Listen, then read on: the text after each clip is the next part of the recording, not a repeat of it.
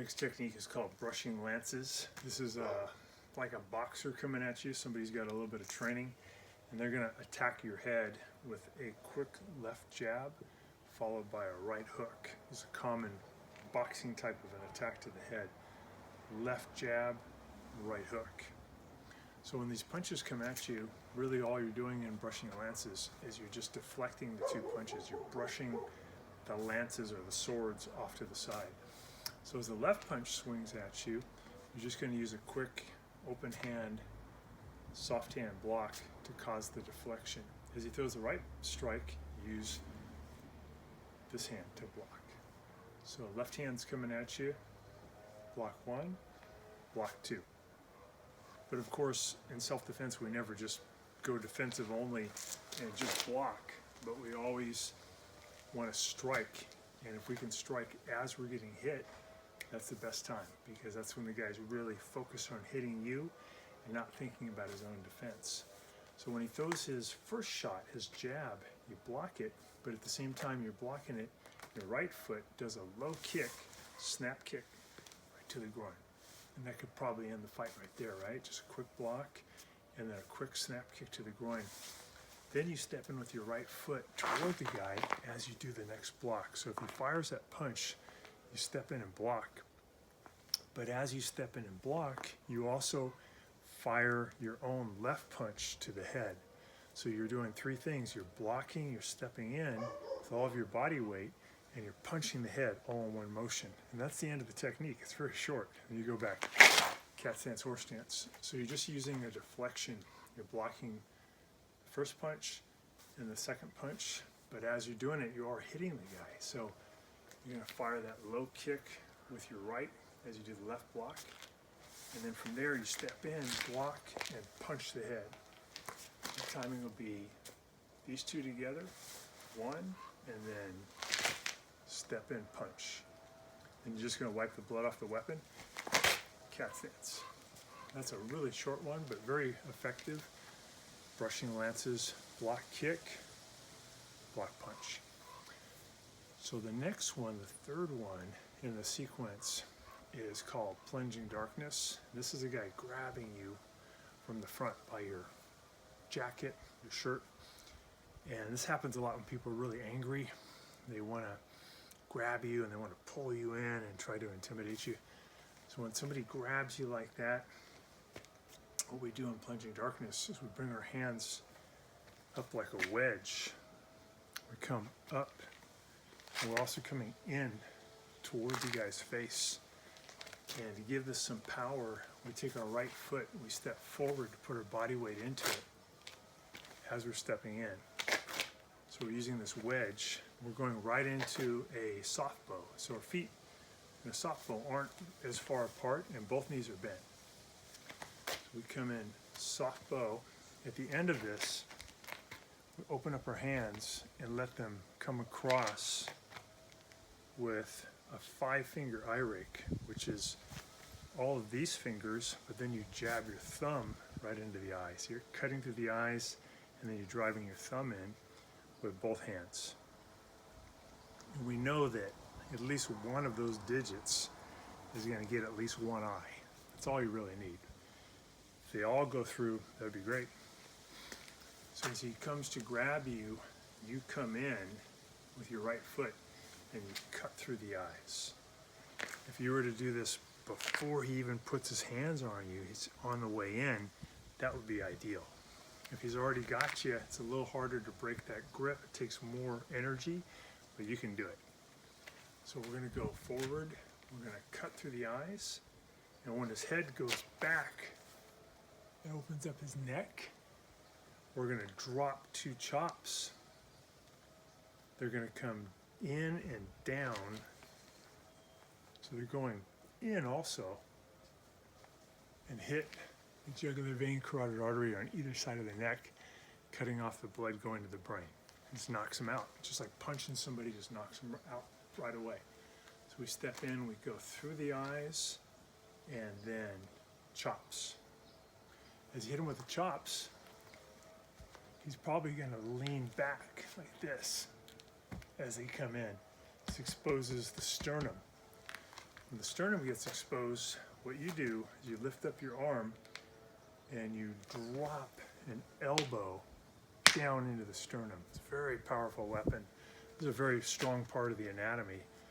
So if you're going to damage it or have an effect, you need to use a really powerful weapon. This is one of the most powerful weapons we have for going through a target. When I do big board breaking, I have to do a big stack of bricks. I always use a dropping elbow. To add more energy to the elbow, from the soft bow, you shuffle in. So you're doing the elbow, but you're shuffling in to move in toward the guy, because he's kind of moving away from you from these two strikes. So you shuffle in and drop that elbow as you land in a deep horse stance, driving that down and into the sternum, into the chest plate. And underneath the chest plate, you have this big fist-sized thing, the heart, which is beating to send blood through the body. If you smash down on the sternum, it can actually cause the heart to stop its ability to beat. It can't beat as well, and no blood flow, it'll pass out. So this is called plunging darkness. He grabs you, you plunge in toward him, instantly there's darkness here. Then the two chops, and you're going to shuffle in, elbow to the sternum. Then you take the two hands, you bring them back away from the opponent, and you fire two weapons, a hammer fist to the groin and a heel of hand into the jaw. But as you're doing that, you also turn into a left hard bow. The hard bow gives you more reach and more power as you hit. Then we're just going to wipe the blood off the weapon. We're going to come back cat stance, horse stance. So that's plunging darkness. He grabs you, eye rakes, chops, shuffle in, horse stance, elbow drop, bring the hands back, hammer fist, heel of hand, and then come back, cat horse. The last one in this 5 technique sequence is called winding limbs. And winding limbs is a very powerful right straight punch coming right at your head, but you let the opponent get in too close, so your reaction is something we don't like doing in self-defense, and that is to move backwards. We usually don't like that. We usually, when a punch comes, we try to go in, get closer to the guy actually to jam him up, get off to the side. But this thing's coming at us so fast, and he's so close, we shouldn't have let him get that close. We have to step back with our right foot into a hard bow to get away from it. As we do, the fastest block we have in our arsenal is an outward block. So we're stepping back away from it, causing deflection, outward block, and at the same time, we launch an attack with a side fist right into the guy's face, right into the maxilla, this part. They call it the triangle of death. This is a very weak part of the skull, kind of like honeycomb with sinuses. And you want to go deep into that, just smashing the guy's nose. Punch comes in, he hits, but we hit him as he's hitting us. In Chinese, they call that Jeet Kune Do, intercepting fist. You hit as you get hit. So we step back with the right foot, outward block, side fist. As his head goes back, we take our right hand, we grab his right shoulder, grab a hold of his jacket, whatever we can get. We're going to pull this guy in toward our hip. We're going to grab him and pull him in. So we hit him in the face, grab him, we're going to pull him in toward us. As we pull him in toward us, we'll keep this arm up. We'll turn it though with an outward extended block. This is to keep his arm up and away from our head. So we punched him in the head, grabbed him, pulling him in. We're going to take our right knee and we're going to drive it up as high as we can into his body. Solar plexus, sternum, whatever's open. More than likely it'll be his solar plexus.